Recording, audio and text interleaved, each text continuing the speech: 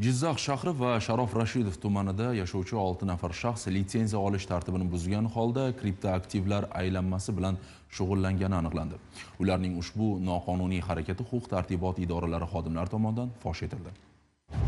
Jizzax viloyati Ichki ishlar boshqarmasi axborot texnologiyalari sohasidagi jinoyatlarga qarshi kurashish boshqarmasi xodimlari tomonidan kriptoaktivlar bilan bog'liq faoliyatni tartibga solish va qonunbuzarliklarning oldini olish bo'yicha keng ko'lamli chora-tadbirlar olib borilmoqda. Maqsad aholini huquqiy faoliyatga undash, moliyaviy operatsiyalarning shaffofligini ta'minlash hamda litsenziyasiz faoliyatning oldini olishga qaratilgan. Joriy yilning o'tgan 2 oyida soha xodimlari tomonidan amalga oshirilgan tekshiruvlar natijasida viloyatda 6 nafar fuqaro litsenziya olish tartibini buzgan holda kriptoaktivlar aylanmasi bilan shug'ullanishi aniqlandi. Sharof Rashidov tumanidagi Yakkaqayrag'och, Nurafshon, Kuyoboshi, Xayrobod mahallalari va Jizzax shahrining Navro'z hamda To'ron mahallalarida yashovchi huquqbuzarlik sodir etgan ushbu shaxslarga qonunchilikda belgilangan tartibda choralar qo'llanildi.